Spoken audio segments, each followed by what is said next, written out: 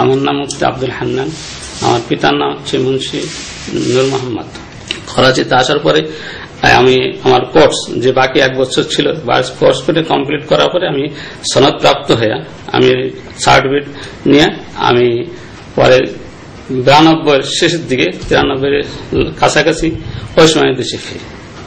তখন তো আপনি হরকাতুল জিহাদের সঙ্গে যুক্ত ছিলেন? জি না, তখন ওই সাধারণ আফগানিস্তানের যারা ছিল বিচ্ছিন্নভাবে আফগানিস্তানের লোকের সাথে পাকিস্তানের লোকের সাথে আমি যাই। তো হরকাতুল জিহাদ ইসলাম পাকিস্তানের গ্রুপ ছিল, তখন বিচ্ছিন্নভাবে আমরা যাই। দাওয়াত পেয়েছি হরকাতুল জিহাদ এবং আফগানিস্তানের লোকের সম্মিলিত ভাবে।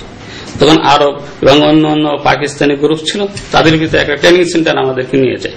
তখন কোন গ্রুপের সাথে এখনো সংযোগ হয়নি। তখন কি হরকাতুল জিহাদ কবে প্রতিষ্ঠিত হলো? তখন ওই যে 1989-তে স্যার, তখন বাংলাদেশের হরকাতুল জিহাদ নামে আরম্ভ হয় 1989-তে। এর প্রতিষ্ঠা বাংলাদেশ হচ্ছে শহীদ আব্দুর রহমান যে মনিরামপুর ভাই, এবং ওই সময় আমিরের দায়িত্বে ছিল মৌলানা আব্দুল সালাম সাহেব। দীর্ঘদিন পর্যন্ত উনি ওনার কাজে, এরপরে আপনার কাজ চলতে থাকে। এরপরে আমি বাংলাদেশে আসি 1992 শেষ দিকে আসি। আসার পরে আমার ওই গ্রামে একটা মাদ্রাসা, অসুস্থ অবস্থা ছিলাম, গ্রামে একটা মাদ্রাসায় আমি কিছুদিন শিক্ষকতা করি। এরপরে এবার 21শে আগস্টের ব্যাপারটা বললেন, আপনি কিভাবে যুক্ত হলেন এটার সঙ্গে? যে আমি যুক্ত হয়েছি স্যার 21শে আগস্টে আমার সর্বপ্রথমে এর সাথে ইনভলভ এবং যুক্ত হই আমি 18 তারিখে আমি যুক্ত হই। সর্বপ্রথম আমাকে আহসানুল্লাহ কাজল নামে আমাদের হরকাতুল জিহাদ সংগঠনের সম্পাদক, তাকে মৌলানা শেখ ফরিদ হরকাতুল জিহাদ ইসলামীর জেনারেল সেক্রেটারি এবং মৌলানা আব্দুল সালাম হরকাতুল জিহাদের আমির, ওনারা ওর মাধ্যমে আমাকে খবর দেয় যে একটা মিটিং আছে, অবশ্যই তাকে আগামী দিন সকালে আজকেই অর্থাৎ 18 তারিখে তুমি সকালে চলে আসার জন্য বলো। তখন আমাকে আমি মেরুল বাড্ডায় আমি ওখানে আমার বাসা ছিল আনন্দনগরে। ওখানে এখানে আগে সামনে বলছি, এখানে আপনার যে ইনভলভমেন্টটা সেইভাবেই আপনি বলবেন। জি স্যার। বাকি যেটা আছে সেটা আমরা, আপনি কি করেছেন? এখানে পার্টটা যেটুকু আছে এটার মধ্যে মিটিং এ ছিলেন, জি, সেই মিটিং এ যা যা সেটা বেড়ে পেলেন কিভাবে এবং প্লেস করলেন? জি, এটাই বলবো স্যার। হ্যাঁ, এটাই বলেন, আপনার অংশটা বলেন। আমার অংশটা বলতে গেলে তো অন্যদেরও অংশ আসে যাবে। হ্যাঁ, ঠিক আছে, বলেন, আপনি বলেন সঙ্গে বলছি। এরপরে স্যার আমি যখন আসি, ওখানে আসার পরে আমাদের হরকাতুল জিহাদের অফিস মোহাম্মদপুর বাস স্ট্যান্ডে দারুল আরকাম মাদ্রাসা আমাদের অফিস ছিল। ওই অফিসে আমি আসার পরে শেখ ফরিদ এবং আমাদের আমির হরকাতুল জিহাদ ইসলামীর মৌলানা আব্দুল সালাম সাহেব এবং আমার সঙ্গে ছিল মৌলানা আহসানুল্লাহ কাজল এবং আমাদের কমান্ডার হলো জাহাঙ্গীর বদর জান্দাল। তো এখানে আলোচনা হলো, ওনারা পূর্বের আলোচনা করলেন যে এরকম আমাদের সঙ্গে বিএনপির হাওয়া ভবনে মিটিং হয়েছিল, এখানে 2টা মিটিং হয়েছে এবং পরবর্তী 3টা মিটিং হয়েছে, 3টা অংশগ্রহণ করছে। ওনারা বললেন যে প্রথম মিটিং এ 14 তারিখে একটা মিটিং ছিল যে হাওয়া ভবনে, সে হাওয়া ভবনে বিভিন্ন আলোচনা হয়। ওই হাওয়া ভবনে মিটিং এ শরিক ছিল তারিক জিয়া, আপনার আলী হাসান মুজাহিদ সাহেব, তারপর আপনার ওই হারিফ চৌধুরী এবং আব্দুল সালাম পিন্টু সাহেব এবং হরকাতুল জিহাদ ইসলামীর আমির মাওলানা আব্দুল সালাম সাহেব, শেখ ফরিদ সাহেব এবং যায় আমাদের আল মারকাজুল ইসলামের নায়েবে আমির মুফতি আব্দুল রশিদ সাহেব। এখানে ওখানে আলোচনা হয়। ওই আপনার তারিক জিয়া সব আলোচনা করেন যে বর্তমানে অবস্থা, দেশের পরিস্থিতি খুবই খারাপ, যে এই আওয়ামী লীগ তথা শেখ হাসিনা এই দেশের অরাজকতা সৃষ্টি করতেছে, দেশের ভাবমূর্তি নষ্ট করতেছে, জঙ্গিবাদ বিভিন্ন ধরনের বাংলাদেশের ভিতরে এইভাবে করে দেশকে উচ্ছৃঙ্খল এবং নষ্ট করে দিচ্ছে। এরপরে আমাদের একটা পদক্ষেপ নেওয়া দরকার। এরপরে আলী হাসান মুজাহিদ সাহেব উনি বলেন যে আপনার কথা সত্য, শুধু তাই নয়, ইসলামের বিরুদ্ধে কাজ করতেছে, ইসলামের বিভিন্ন ধরনের কাজ করতেছে, অতএব আপনার কথাগুলো অবশ্যই সত্য, এগুলো কাজ করা দরকার। এরপরে স্বরাষ্ট্রমন্ত্রী লুৎফুজ্জামান বাবর সাহেব উনি বললেন যে কথাগুলো সবই সত্য, তখন আমার কাছে এখন কথাগুলো বলতে হবে এবং পরিষ্কারভাবে আপনারা বলেন কি পদক্ষেপ নেওয়া দরকার। উনি বললেন যে এখানে পদক্ষেপ দুইটা পদক্ষেপ হয়তো এই দেশে যে অরাজকতা সৃষ্টি হয়েছে আমাদের মোকাবেলা করা, রাজনৈতিকভাবে ব্যাপক মোকাবেলা করা দরকার, নচেত তাকে এই দেশ থেকে চিরবিদায় করে দরকার, তাকে শেষ করে দেওয়ার দরকার। তখন উনি বললেন যে এই ব্যাপারে আমার মনে হয় যে মেজর নূর উপস্থিত ছিলেন, অবসরপ্রাপ্ত মেজর নূর, বঙ্গবন্ধু মামলা হত্যার আসামি মেজর নূর, উনি উপস্থিত ছিলেন। তো ওনাকে উনি ইশারা করে বলেন যে আপনি কিছু বলেন। তো উনি বলছেন যে আপনারা রাজনৈতিকভাবে অবশ্যই মোকাবেলা করবেন, এটা আমরা জানি, কিন্তু আমি রাজনীতি তো করি না তেমন। তো আমি জানি যে তার মোকাবেলা করতে হলে তিনটা পদক্ষেপ নিতে হবে। এক তো তার বাড়িতে আক্রমণ করতে হবে, অথবা তার কোনো আসা যাওয়ার কোনো পথে তাকে আক্রমণ করে মেরে ফেলতে হবে, নচেত তার কোনো মিটিং আক্রমণ করে তাকে শেষ করতে হবে। তবে একটা কথা হচ্ছে জনগণের ক্ষতি না হয়, যাতে যত কম ক্ষতি করে তাকে শেষ করা যায়, এটার ব্যাপার আপনারা চিন্তা ভাবনা করেন।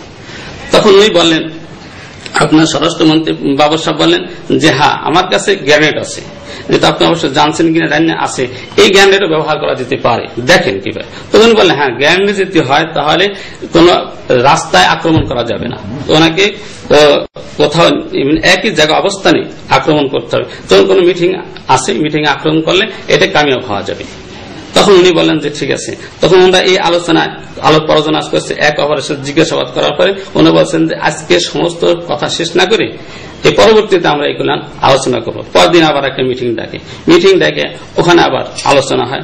আলোচনার পরে একটা সিদ্ধান্ত যায় যে গ্রেনেড যখন আছে এবং এখানে আমাদের রাইফেল অর্থাৎ অস্ত্র প্রয়োজন হবে এবং গ্রেনেড আছে, এই গ্রেনেডের সংক্ষেপে মানুষ ক্ষতিগ্রস্ত কম হবে, আর বোমা বিভীষণ দ্বারা ক্ষতি বেশি হবে, আর রাইফেলের দ্বারা যদি মারা হয় তাহলে আরো মানুষ কম ক্ষতি হবে। এই ওনারা শেষ সুন্দর সিদ্ধান্ত নিলে ঠিক আছে গ্রেনেড ব্যবহার হবে। আবার উনি বললেন যে আগামী আমাদের যে 21 তারিখে যারা মিটিং ডেকেছে এটা হচ্ছে পল্টনের কাছাকাছি ওই আপনার মুক্তাঙ্গনে মিটিং এর অনুমতি দিয়েছে, এখানে বা ওখানে ওনারা চেয়েছে অফিস সামনে যেখানে হোক এখানে পদক্ষেপ নেওয়া যেতে পারে। তখন বলে এইটা পদক্ষেপ নিতে আপনি এত দূর আগাইছে যে পদক্ষেপ নেওয়া যেতে পারে এবং গ্রেনেড এবং অন্যান্য মালামাল আছে। তখন ওনারা বললেন যে সরকারি পুলিশও থাকবে এবং গোয়েন্দার লোক আমাদের সঙ্গে থাকবে, সহযোগিতা করবে। এরপর ওনারা বললেন যে আর একটা মিটিং ডেকে আমরা পুরো সিদ্ধান্ত নিই। এরপরে তৃতীয় মিটিং হয় লুৎফুজ্জামান বাবরের আপনার বাসভবনে মিন্টু রোডে, সরকারি যে বাসভবন ওখানে মিটিং হয়। ওখানেও আপনার তারেক জিয়া ছাড়া যেমন আপনার আলী হাসান মুজাহিদ সাহেব, তারপর আপনার এখানে ওই আপনার এখানে তারেক জিয়া বাবর সাহেব উপস্থিত ছিলেন, তারপরে আপনার ওই হারিস চৌধুরী, আব্দুল সালাম পিন্টু সাহেব এবং হরকত জিহাদ ইসলাম আমির মানে আব্দুল সালাম শেখ ফরিদ এবং আপনার মার্কাজুল ইসলামের যে নায়েব আমির উপস্থিত ছিলেন। এছাড়া আরো আরিফুল ইসলাম আরিফ, আপনার সিদ্ধেশ্বরী, আপনার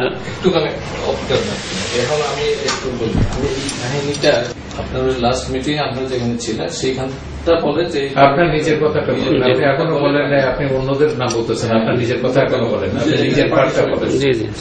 তো স্যার দ্বিতীয় মিটিং এর পরে আমাদের ওখানে একটা সিদ্ধান্ত হয়, বাবর সাহেব বাসার সিদ্ধান্ত হয় যে আর একটা মিটিং হবে 16 তারিখে। 16 তারিখে মিটিং এখন স্যার দ্বিতীয় মিটিং এ যখন আমি তখন আমাকে জানালো যে আজকে একটা মিটিং আছে 18 তারিখে। 18 তারিখে আমাদের যে বৈঠকটা মূল বৈঠক হয়, বৈঠকে আলোচনার পরে বলো যে মিটিং আছে। তখন ওই মিটিং এ আমি মানে হরকতুল জিহাদ ইসলামের আমির মাওলানা আব্দুল সালাম সাহেব এবং হরকতুল জিহাদ ইসলাম সেক্রেটারি আপনার শেখ ফরিদ, হরকত জিহাদ ইসলামের চিফ কমান্ডার এলো আপনার জাহাঙ্গীর বদর জান্দাল, হাসানুল্লাহ কাজল আর আমি, এরা কয়েকজন আমরা আব্দুল সালাম পিন্টু সর বাসায় যাই। তখন ওখানে যা পরে আমরা সর্বপ্রথম আব্দুল সালাম পিন্টুর ছোট ভাই আপনার হলো তাজউদ্দিনকে দেখতে পাই এবং তার একজন আত্মীয় মাওলানা আবু তাহেরকে দেখতে পাই। এরপরে আমরা অপেক্ষা করার পরে একটা গাড়ি আসে, দুইটা গাড়ি আসে, দুইটা গাড়িতে আপনার কালো রঙের এবং পাজার গাড়ি আসে। একটা প্রথম যে গাড়ি থেকে এসে ভিতর গেটে ঢোকে, তখন ওই গেট থেকে আপনার স্বরাষ্ট্র প্রতিমন্ত্রী বাবর সাহেব উনি প্রথম নামে, এরপর একজন লোক নামে, এরপর দ্বিতীয় গাড়ি থেকে 3 জন লোক নামে পরপর নামে। পরপর তারা ভিতরে বৈঠক করে, বৈঠক করার পরে আমরা যে ছিলাম ওদের সাথে বসি, ওনাদের পরিচয় হয়, এক অপরের পরিচয় হওয়ার পরে তখন আমরা জানতে পাই ওই এসে বাবর সাহেবের সাথে যে ছিল, তো ওর নাম হলো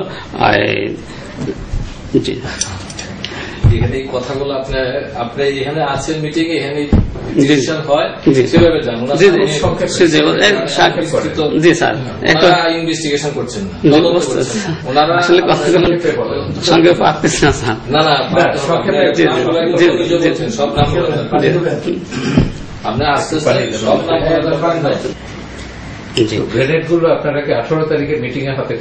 জি 18 তারিখে ওই যে স্বরাষ্ট্রমন্ত্রী বাবর সাহেব যখন আসে, ওই পর্ব আলোচনা করে উনি বলেন যে আমি যে গতকালে বলছিলাম যে গ্রেনেড দেওয়ার কথা, সেই গ্রেনেড গুলা নিয়ে আসছি। তবে একটা কালো ব্যাগ থেকে ওই যে আপনার এই রঙের আপনার একটা সবুজ রঙের ব্যাগের থেকে বের করে ওর ভিতরে আরেকটা কাপড়ের ছিল আপনার কি বলে কাগজের ব্যাগ ছিল, ওর থেকে গ্রেনেড গুলো বের করে দেয়। যে গ্রেনেড ছিল প্রথম 2টা প্যাকেট বের করে, তো প্যাকেট ছোট প্যাকেট, লম্বা প্যাকেট ছিল, ওর ভিতরে 5টা করে গ্রেনেড ছিল, তখন টেবিলে রাখে। এরপরে 2টা গ্রেনেড খোলা ছিল, শুধু কাগজে মোড়া ছিল, উপর নিচে খোলা ছিল এবং টেপ লাগানো ছিল, দেখা যেত। তখন 2টা গ্রেনেড ছিল খোলা আর 10টা, 12টা গ্রেনেড হ্যান্ড ওভার করে। এরপর